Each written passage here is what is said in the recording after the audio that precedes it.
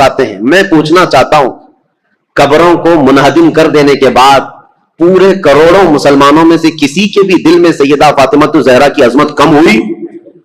کیا امام حسن مجتبی کی قبر کو ڈھا دینے کے بعد ان کی عظمت کسی کے سینے میں کم ہوئی؟ ان ظالموں کو یہ خبر نہیں، ان کے مقامات و مراتب صرف قبروں سے نہیں ہے. اللہ جسے مقام دیتا ہے وہ صبح قیامت تک عطا کرتا ہے. یہ ہمارے دلوں میں ان کی عظمت ہے.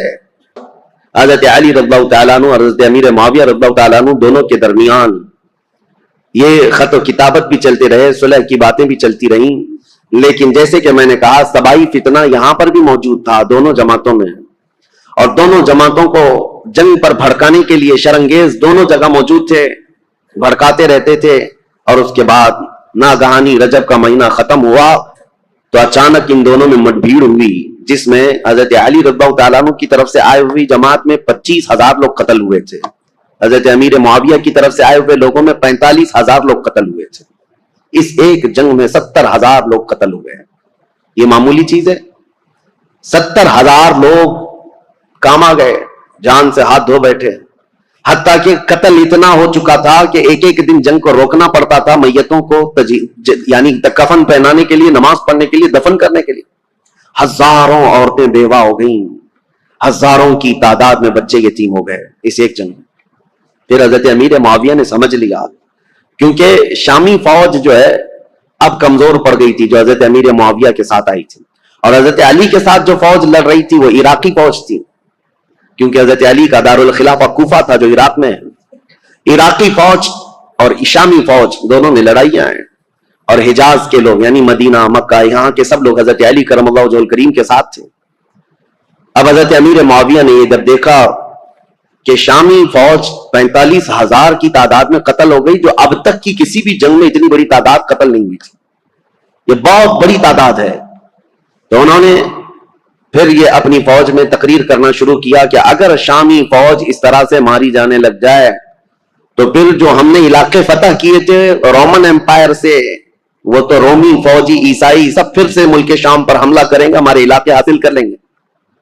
اور پھر حضرت امیر معاویہ نے عراقی فوج کو بھی بتایا کہ اے عراق کے رہنے والوں، تمہارے بھی 25,000 قتل ہو گئے، اسی طرح سے اگر تمہارا بھی قتل جاری رہا اور یہ جنگ جاری رہی تو جو تم نے علاقے فتح کیے پرشین امپائر سے، یعنی ایران کی جو پہلی کی حکومت تھی کسرا کی، اس سے جو علاقے تم نے فتح کیے، یہ پرشین امپائر کے لوگ جو پجاری ہیں آگ کے، وہ دوبارہ عراق کو حاصل کر لیں گے اور تمہارے پاس اپنے آپ کو بچانے کے لیے لوگ نہیں رہیں گے.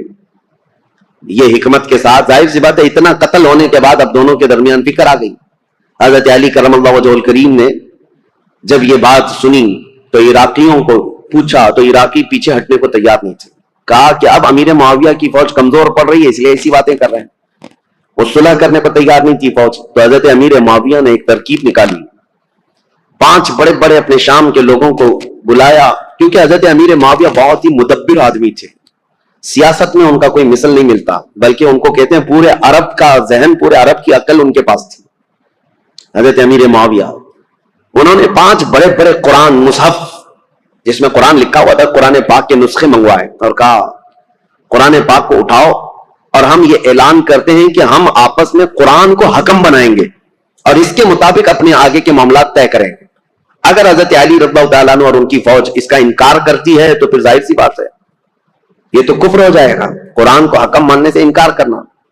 تو حضرت امیر معاویہ کی یہ ترکیب تھی، 5 بڑے بڑے قرآن اٹھا کر کے وہ لائے اور پیچھے اور بھی سینکڑوں لوگ قرآن سر پہ اٹھا کر کے لے آئے اور اعلان کیا عراقی فوج کے سامنے، حضرت علی کے سامنے، کہ یہ ہم لوگ جنگ بندی چاہتے ہیں اور قرآن جو ہے اس کو ہم حکم بنانا چاہتے ہیں اور اس کے مطابق ہم آگے کام کریں. حضرت علی اگر انکار کرتے تو ان کی فوج میں ہی لوگ آپ کے باغی ہو جاتے ہیں کہ آپ نے تو قرآن کا انکار کر دیا. تو حضرت علی رضی اللہ تعالیٰ عنہ یہ سیاست سمجھ گئے. آپ نے فرمایا ہم نے جو جنگ کی ہے وہ اسی لیے کہ تم قرآن کے پابند بن جاؤ، اسی لیے تو ہم تلوار اٹھائے. اور آج اگر آپ کو یہ بات لگ رہی ہے کہ قرآن کو حکم بنایا جائے تو اس کے سب سے پہلے پیروکار ہم ہوں گے. پھر دونوں کی جانب سے یہ بات طے پائی کہ ایک ایک صحابی کو حکم بنایا جائے اور قرآن اور حدیث رسول کے مطابق وہ فیصلہ کرے. تو حضرت امیر معاویہ نے اپنے مشیر خاص، یعنی ان کے بہت قریبی تھے عمرو بن عاص رضی اللہ تعالیٰ، صحابی ہیں جنہوں نے مصر فتح کیا، وہ حضرت امیر معاویہ کے قریبی تھے. حضرت امیر معاویہ نے ان کو حکم بنا دیا. حضرت علی رضی اللہ تعالیٰ عنہ کی طرف سے حضرت ابو موسیٰ اشعری یہ نہایت سادہ دل تھے اور ہر ایک کے متعلق عفو درگزر کا معاملہ اپنے اندر رکھتے تھے. جیسے اپنے لیے سوچتے تھے ایسی دوسرے کے لیے بھی خیال رکھتے تھے. حالانکہ ابو موسیٰ اشعری رضی اللہ تعالیٰ عنہ یہ کوفہ کے گورنر رہے ہیں, مدبر رہے ہیں, ذہین رہے ہیں, لیکن حضرت علی ان کے حکم بنانے کے حمایت میں نہیں تھے, لیکن لوگوں کی زور زبردستی پر ان کو حکم بنایا گیا.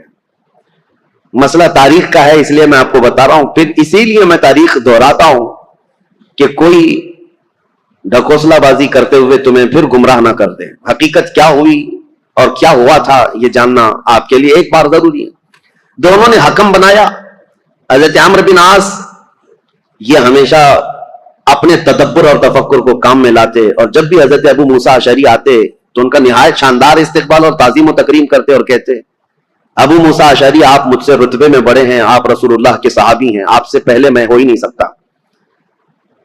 تو حضرت ابو موسیٰ اشعری پر یہ دباؤ ہمیشہ رہتا تھا, اور دونوں کو اب صلح نامے پر دستخط کروانی تھی, یا جو بھی دونوں لوگ فیصلہ لیتے اس پر عمل کرنا تھا. دونوں جماعتوں کو دونوں نے وعدہ کر لیا تھا, دستخطیں ہو گئی تھی. اب یہ دونوں صحابہ کو ٹائم دیا گیا, رمضان شروع ہونے سے پہلے تک آپ اپنا حکم نامہ یا جو آپ کا فیصلہ ہے سنا دیں. ایک جگہ بھی منتخب کر لی گئی, اس جگہ پر جا کر کے اپنا فیصلہ سنائیں گے. اب دونوں آپس میں بیٹھ کر کے جو باتیں کرتے ہیں, حضرت ابو موسیٰ اشعری اور حضرت عمرو بن عاص, دونوں میں بہت لمبی گفتگو ہوئی ہے.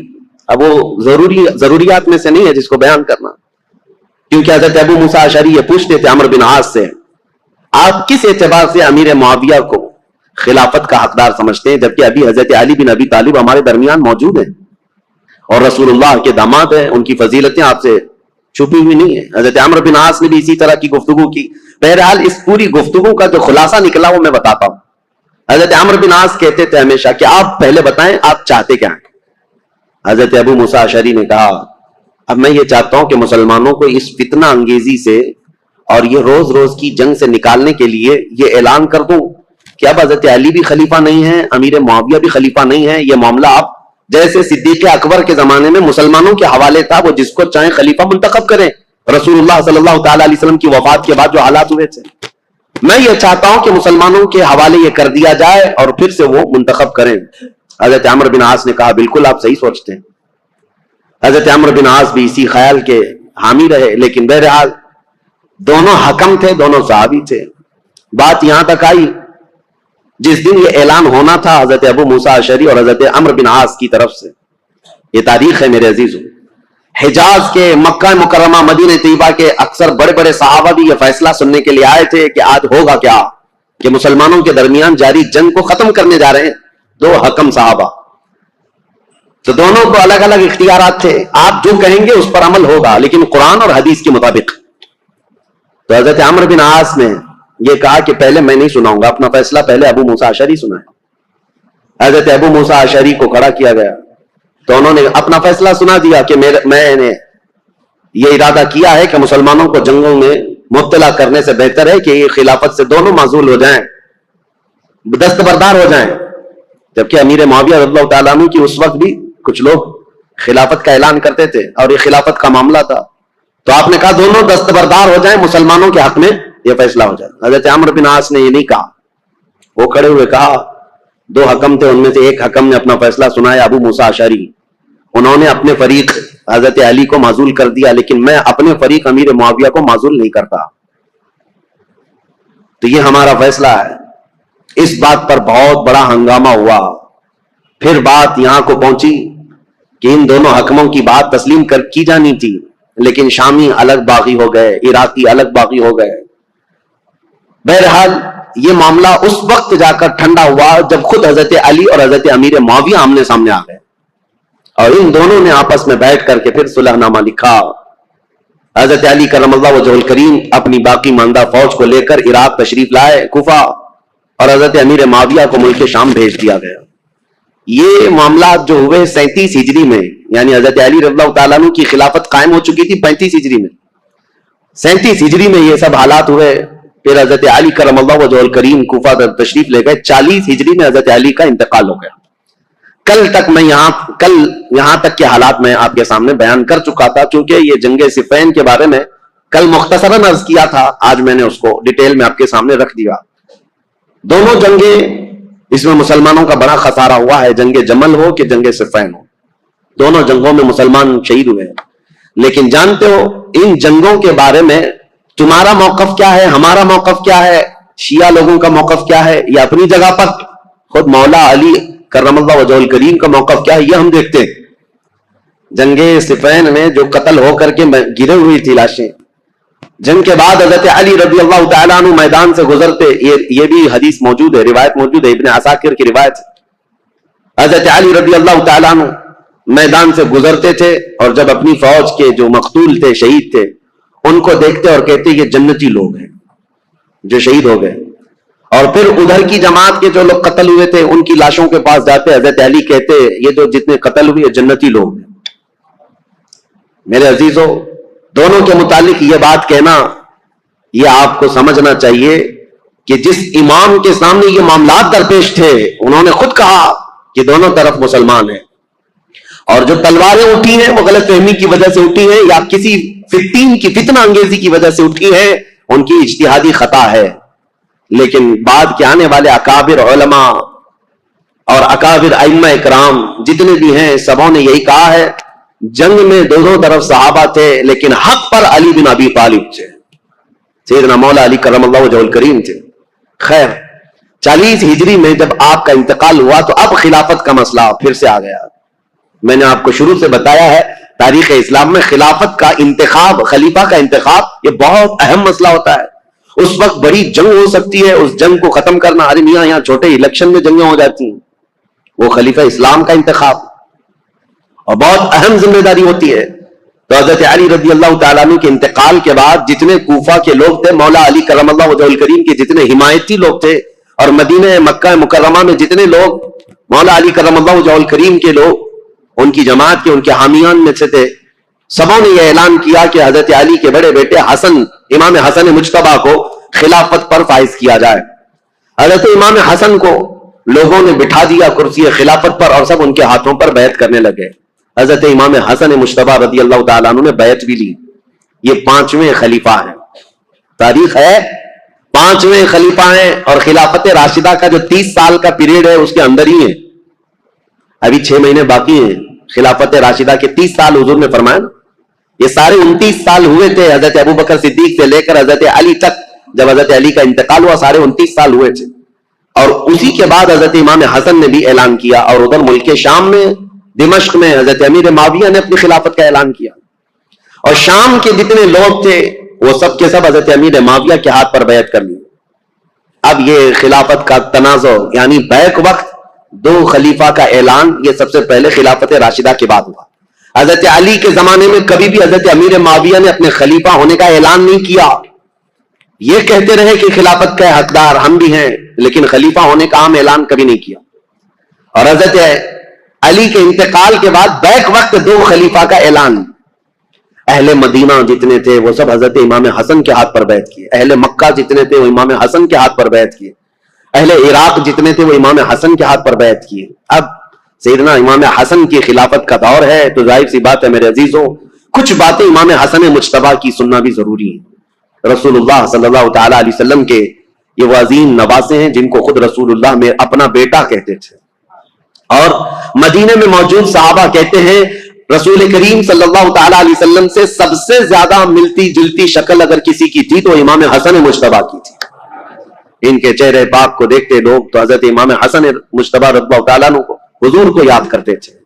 اور امام حسن کی فضیلت کیا تھی، یہ نبی پاک صلی اللہ تعالیٰ علیہ وسلم کے وہ محبوبوں میں سے دونوں شہزادے حسن و حسین رضی اللہ تعالیٰ عنہ۔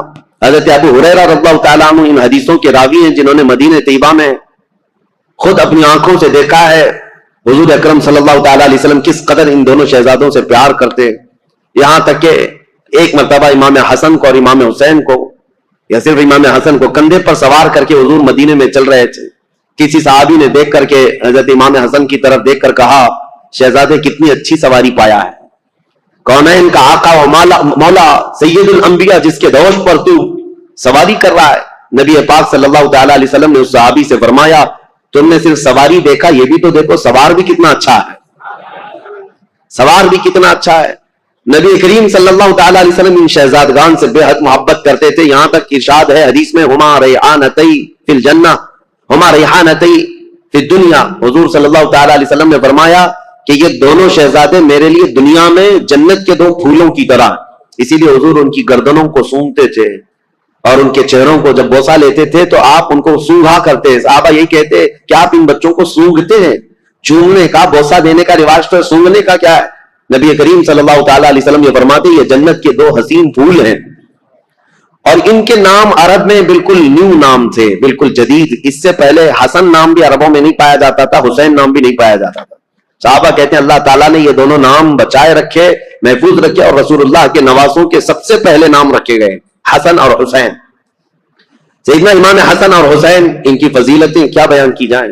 اب چونکہ امام حسن کی خلافت کا دور ہے تو ان کے بچپن کے حالات, نبی کریم صلی اللہ تعالی علیہ وسلم کی آغوش تربیت میں انہوں نے پروان چڑھی پایا ہے, تو اس سے بہتر اور کیا چیز بیان کی جائے جن کو نبی کریم صلی اللہ تعالی علیہ وسلم نے اپنے ہاتھوں سے کھلایا ہو, اپنے ہاتھوں سے سلایا ہو, اپنے ہاتھوں سے پہنایا ہو, اور جب حضور نماز میں چلے جائیں تو یہ بچے حضور پر سوار ہو جائیں. اس قدر حسین اور خوش نما ماحول میں انہوں نے تربیت پائی ہے مدینہ طیبہ میں.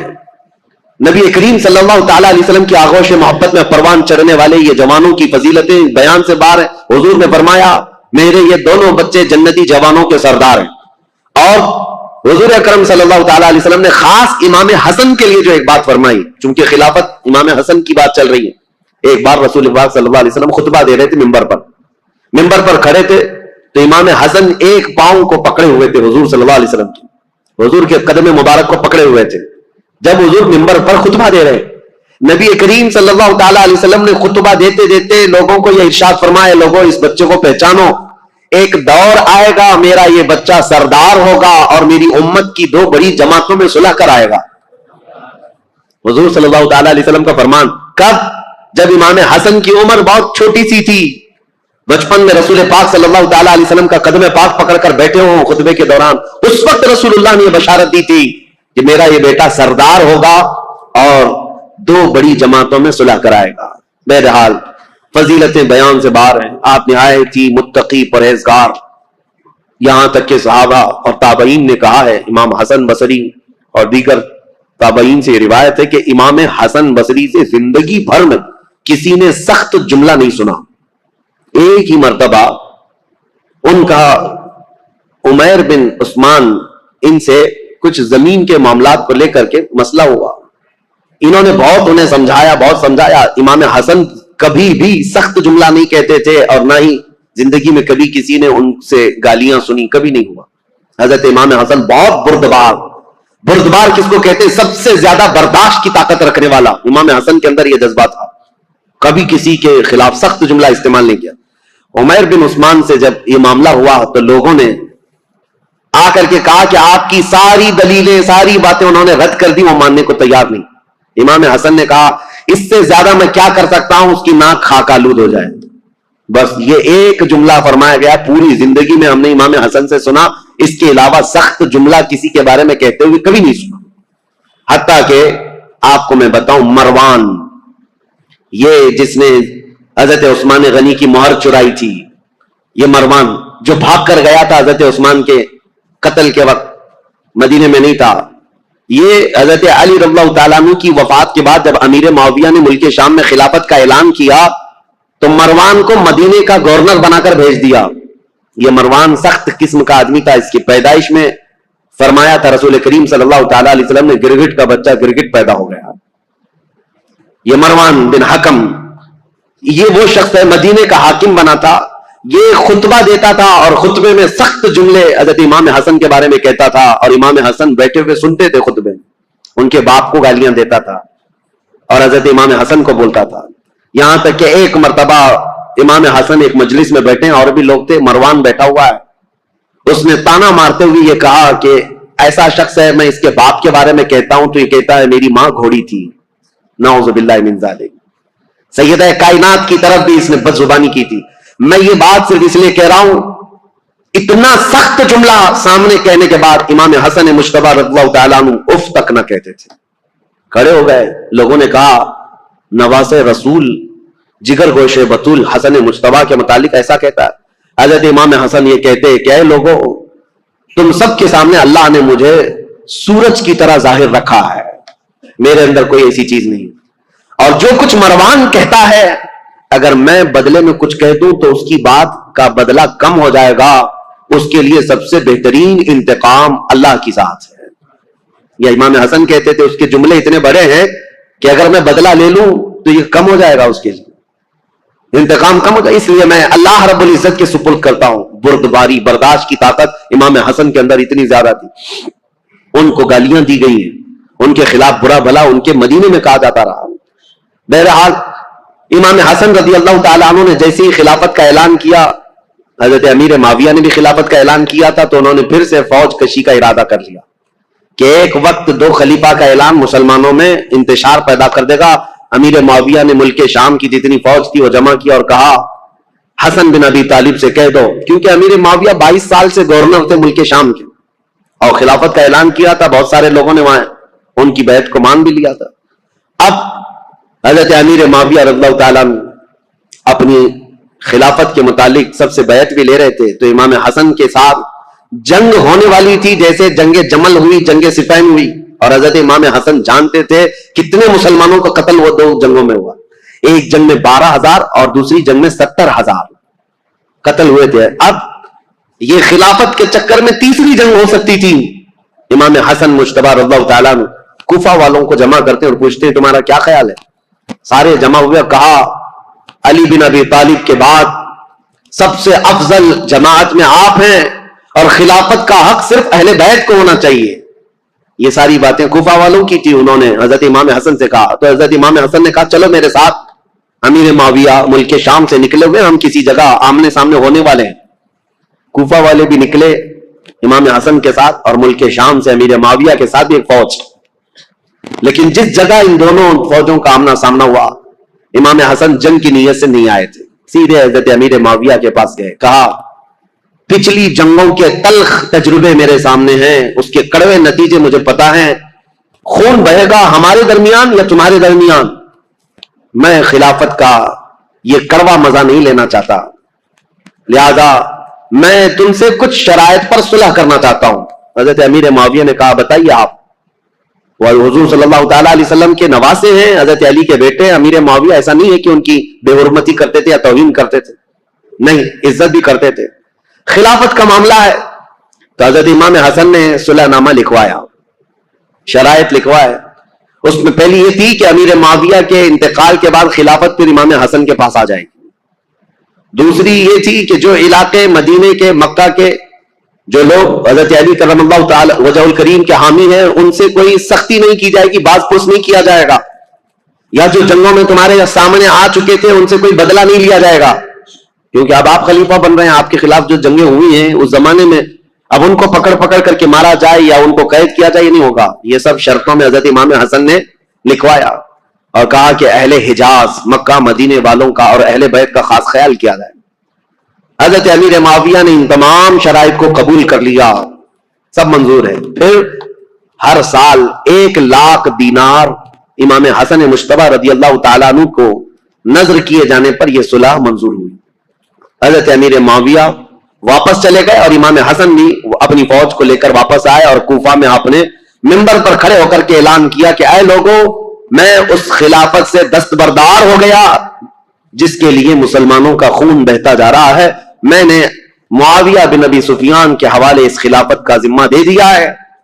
یہ اعلان کرنے کے بعد اب پورے خطہ اسلام میں ایک ہی خلیفہ تھا، وہ امیر معاویہ کی ذات. امام حسن 6 مہینے تک خلیفہ رہے اور 6 مہینے کے بعد دستبردار ہو گئے. اس اعتبار سے خلفائے راشدین میں حضرت امام حسن کا بھی نام آتا ہے. وہ 6 مہینے جو بچے تھے وہ خلافت راشدہ کے، اس میں امام حسن نے خلافت کی. لیکن ظاہر سی بات ہے کچھ لوگ چڑھاتے ہیں، کچھ لوگ اتارتے ہیں، یہ ہر زمانے میں رہتے ہیں.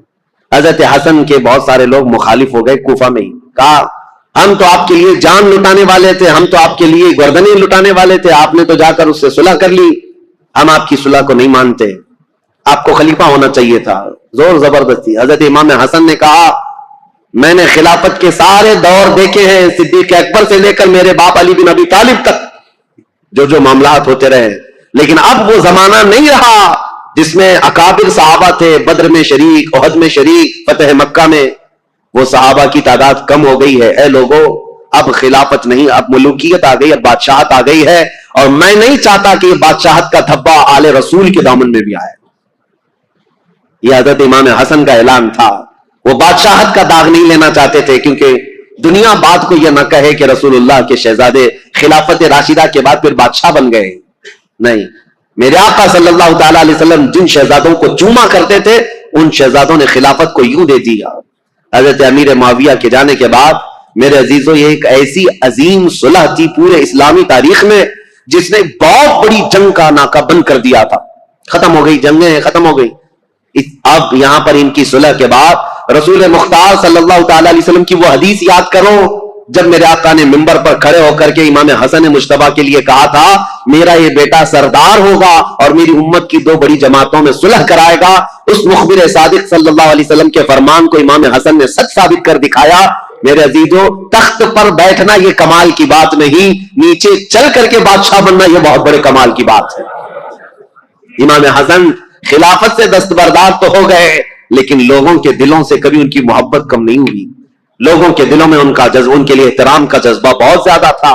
آج بھی میرے عزیزوں, میں ایک حیرت کی بات ہے آپ کو بتاؤں, مدینہ طیبہ میں جانے کے بعد ان ظالم نجدیوں نے جنت البقیع کی جتنی قبریں تھی بلڈوزر سے سب کو منہدم کر دیا, صاف کر دیا. پہلے سب کی قبریں تھی, سیدہ کائنات فاطمہ الزہرا کی, سیدنا امام حسن کی وہیں پر مدینہ طیبہ میں, اور امام باقر, امام زین العابدین یہ وہاں پر ہیں, اور کئی ازواج, ساری ازواج مطہرات حضور کی 2 بیویوں کو چھوڑ کر, اور حضور صلی اللہ تعالی علیہ وسلم کے کثیر صحابہ, عثمان ابن عفان, سب وہاں جنت البقیع میں سب کو بلڈوزر سے ختم کر دیا. لیکن آج بھی جاؤ مدینہ طیبہ, صبح شام حاضریاں تو ہوتی ہیں, دروازہ کھلتا ہے, ایک نہیں ہزاروں کی تعداد میں سارے مومنین جاتے ہیں, جنت البقیع جاتے ہیں, ڈھونڈتے رہتے ہیں آج بھی, اور قبریں نہ بھی ملے تو انہیں ان صحابہ کو اور ان اکابر کو یاد کر کے روتے ہیں اور دعائیں کرتے ہیں اور واپس آتے ہیں. میں پوچھنا چاہتا ہوں, قبروں کو منہدم کر دینے کے بعد پورے کروڑوں مسلمانوں میں سے کسی کے بھی دل میں سیدہ فاطمہ الزہرا کی عظمت کم ہوئی؟ کیا امام حسن مجتبیٰ کی قبر کو ڈھا دینے کے بعد ان کی عظمت کسی کے سینے میں کم ہوئی؟ ان ظالموں کو یہ خبر نہیں, ان کے مقامات و مراتب صرف قبروں سے نہیں ہے. اللہ جسے مقام دیتا ہے وہ صبح قیامت تک عطا کرتا ہے. یہ ہمارے دلوں میں ان کی عظمت ہے. سیدنا امام حسن مجتبیٰ رضی اللہ تعالیٰ عنہ نے خلافت امیر معاویہ کے حوالے کر دیا. چونکہ ہمارا موضوع جو چل رہا ہے وہ تاریخ اسلام ہے, تو تاریخ کو لے کر کے چلنا ہے مجھے کربلا تک. کربلا کے واقعات کیسے پیش آئے اب آپ کا ذہن بن گیا ہوگا. جب حضرت عثمان کے زمانے سے اتنے معاملات چل رہے تھے تو پھر کربلا آنے تک کے معاملات کیا کیا ہوئے ہوں گے. اب آپ کا ذہن خود ہی فیصلہ کرے گا کیا کیا ہوئے ہوں گے. ٹھیک ہے, حضرت امیر معاویہ آ گئے, والی شام ہی نہیں بلکہ پوری خلافت اسلامیہ کے آپ امیر بن گئے. اب ظاہر سی بات ہے امیر معاویہ 40 ہجری میں خلیفہ بنے تو ان کا زمانہ خلافت جو ہے 60 سال تک رہا ہے, یعنی تقریباً 60 ہجری تک رہا ہے. 20 سال آپ نے خلافت کی ہے, تو اب ان کی بھی کچھ سیرت آپ کے سامنے رکھنا ضروری ہے. کون ہے امیر معاویہ؟ کون ہے یہ جو اب 20 سال خلافت کیا؟ خلفائے راشدین کے بعد سب سے لمبا دور ان کو ملا. کل 42 سال انہوں نے ملک شام کی رسی پکڑی ہے, باغ ڈور سنبھالا ہے. تو 42 سال تک مسلمانوں پر حکمرانی کرنے والے امیر معاویہ کون ہے؟ ان کی تاریخ بھی ضروری ہے. لیکن ان کی تاریخ سے پہلے میں امام حسن مجتبیٰ رضی اللہ تعالیٰ عنہ کی خلافت کا دور تو ختم ہوا, لیکن آپ کی زندگی پاک موجود تھی. 3 سال تک اور بھی آپ رہے خلافت ختم ہونے کے بعد بھی, اور اس کے بعد حضرت امام حسن کوفہ میں نہیں مدینہ طیبہ میں رہنے لگ گئے. مدینہ طیبہ میں ایک آپ کی عادتیں ہیں, آپ کی خصلتیں بہت ساری اہم ہیں. اس میں تو ایک چیز یہ, آپ کثرت سے آپ نے شادیاں کی ہیں اور طلاق بھی دی ہیں. اس کی ایک وجہ یہ بتائی جاتی تھی کہ لوگ, حضرت علی جو ہے اعلان کرتے بھی تھے منبر پر کہ اے لوگوں, کوفہ کے لوگوں, میرے بیٹے حسن کو اپنی بیٹیاں مت دینا, یہ طلاق دے دیتا ہے. اس کے باوجود لوگ قبیلہ در قبیلہ آ کر کہتے ہم تو اپنی بیٹیاں دیں گے. وجہ یہ ہے کہ لوگ اپنی بیٹیوں کا رشتہ رسول اللہ کے خاندان سے جوڑنا چاہتے تھے کہ نسبت حاصل ہو جائے. اور حضرت امام حسن مجتبی رضی اللہ تعالیٰ عنہ نے صرف نسبت دینے کے لیے شادیاں فرمائیں. اخیر زمانے میں جب آپ مدینہ طیبہ میں تھے تو سیدنا حسن ابن علی بن ابی طالب رضی اللہ تعالیٰ عنہ کو زہر دیا گیا. پہلے آپ کو دودھ میں کوئی زہر دیا گیا, اور یہ تاریخ میں آپ کو بتاؤں, جیسے ہی آپ کو زہر دیا گیا رات کو ایسا تڑپتے تھے پوری, اور آپ کو جب بے چینی ہوتی, بے قراری ہوتی, تو حکیم کو نہیں بلاتے تھے, دوڑ کر کے روضہ رسول کے پاس آتے تھے, ان کے روزے کو پکڑ کر کے لپٹ جاتے تھے, اور تھوڑی دیر کے بعد حضرت امام حسن کے منہ سے وہ زہر نکل جاتا یا قے ہو جاتی, اور آپ کو آرام مل جاتا, اور آپ اچھے. ایک بار ہوا, دو بار ہوا, دوسری مرتبہ بھی زہر دیا گیا. اب اس کے بعد پھر آپ روزہ رسول پر آتے تھے اور اللہ کے حبیب صلی اللہ تعالی علیہ وسلم سے استغاثہ کرتے. لوگ آج ہم سے یہ سوال کرتے ہیں کہ حضور کے انتقال کے بعد, وفات کے بعد مانگنا حرام ہے. ان کے نواسے زہر پینے کے بعد خود رسول اللہ کی بارگاہ میں حاضر ہوتے اور شفا کی امید سے جاتے کہ اگر میرا مصطفیٰ دعا کر دیں تو اللہ تعالیٰ شفا عطا فرمائے گا. اور یہی حسن مجتبی کا عقیدہ ہے جو بریلی کے امام نے دیا تھا. کیا ہے بریلی کے امام نے یہ ہمیں بتایا تھا, شافی و نافی ہو تم, وافی و کافی ہو.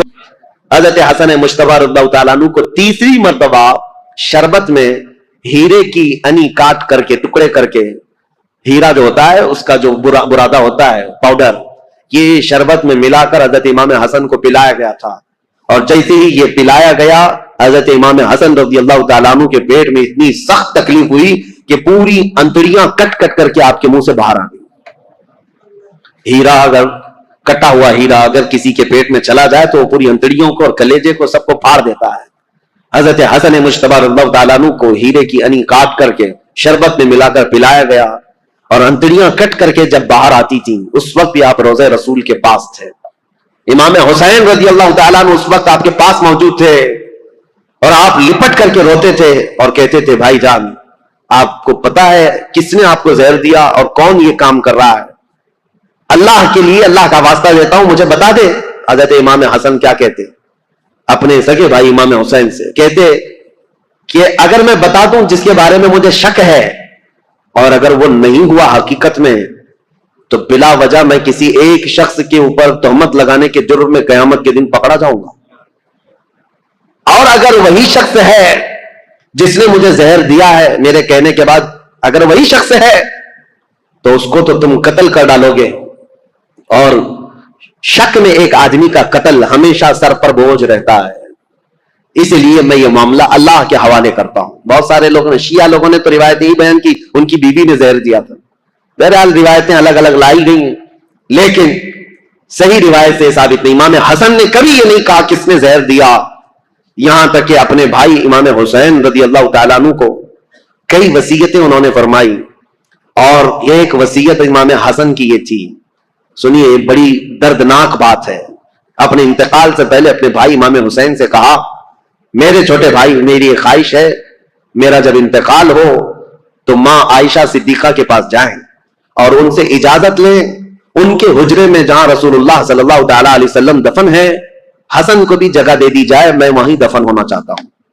اور اگر اس مسئلے میں کوئی اختلاف ہو جائے یا کوئی تعارض کرے یا کوئی معاملہ پیش آنے لگ جائے تو پھر تمہارے لیے وصیت ہے کہ میری ماں کے قدموں میں جنت البقیع میں دفن کر دیا جائے. امام حسین کو یہ جب وصیت کی, حضرت ابو ہریرہ بھی وہاں تھے. انتقال ہو گیا, آپ کی جنازہ پڑھی گئی. فرمایا گیا کہ اس دن پورے مدینے میں آپ کے جنازے پر اتنی بھیڑ تھی کہ اگر اوپر سے سوئی گرائی جاتی تو زمین پر نہیں گرتی, اتنے لوگوں کا مجمع تھا, پورا مدینہ بھر گیا تھا. بے اختیار لوگوں کی چیخیں نکلی تھی مدینہ طیبہ میں, کیونکہ امام حسن کو مدینہ طیبہ میں بچپن سے لوگوں نے دیکھا تھا. اب حضرت امام حسین سیدہ عائشہ صدیقہ کے گھر آئے. ام المومنین اس وقت باحیات تھیں. سیدہ عائشہ صدیقہ رضی اللہ تعالیٰ عنہا سے آ کر کے کہا کہ میرے بھائی کی خواہش تھی کہ رسول اللہ صلی اللہ تعالیٰ علیہ وسلم کے حجرے میں دفن ہو جائیں. حضرت عائشہ صدیقہ نے اجازت دی تھی, میری طرف سے اجازت ہے, جاؤ. رسول اللہ صلی اللہ علیہ وسلم ان سے بے حد پیار کرتے تھے, بہت محبت کرتے تھے. اگر وہ رسول اللہ کے پہلو میں رہیں گے تو یہ ان کا حق ہے. امام حسن کے لیے ماں عائشہ صدیقہ نے اجازت دے دی. اور جب امام حسین آئے تو مدینے کا جو گورنر تھا مروان, جس کو گورنری دی گئی تھی, والی مدینہ بنا تھا, حاکم تھا, یہ آیا اور تلوار نکال کر کھڑا ہو گیا. کہا کہ جب یہاں پر عثمان بن عفان نہیں دفن ہوئے تو پھر میں علی کے بیٹے کو بھی یہاں دفن ہونے نہیں دے سکتا. تلوار نکل گئی. حضرت امام حسین نے بھی تلوار نکالی تھی اس وقت کہ نہیں, طاقت کے زور پر ہی صحیح میرے بھائی حسن کا یہ حق ہے, وہ رسول اللہ کے قدموں میں دفن ہوں گے. لیکن جب یہ جنگ ہونے جیسی نوبت آئی تو حضرت امیر معاویہ, حضرت ابو ہریرہ رضی اللہ تعالیٰ عنہ جو کثرت سے رسول اللہ کی حدیثوں کے راوی ہیں, وہ اس وقت امام حسین کے پاس آیا اور کہا, پہلے تو انہوں نے مروان کو اتنی ڈانٹ لگائی اور کہا تو ظلم کی تلوار اپنے ہاتھ میں پکڑا ہے, تجھے پتا ہے کس کے متعلق یہ بات کی جا رہی ہے؟ رسول اللہ کے نواسے ہیں, جن کے گھر سے پوری دنیا میں شریعت نکلی ہے, جن کے گھر بے اجازت جبرائیل نہیں آتے تھے, تجھے پتا ہے. اور اس کے بعد جب وہ سر پھرا شخص مروان جنگ پر آمادہ تھا تو حضرت ابو ہریرہ نے امام حسین کو یہ سمجھایا, کہا کیا آپ کو اپنے بڑے بھائی کی یہ وصیت یاد نہیں؟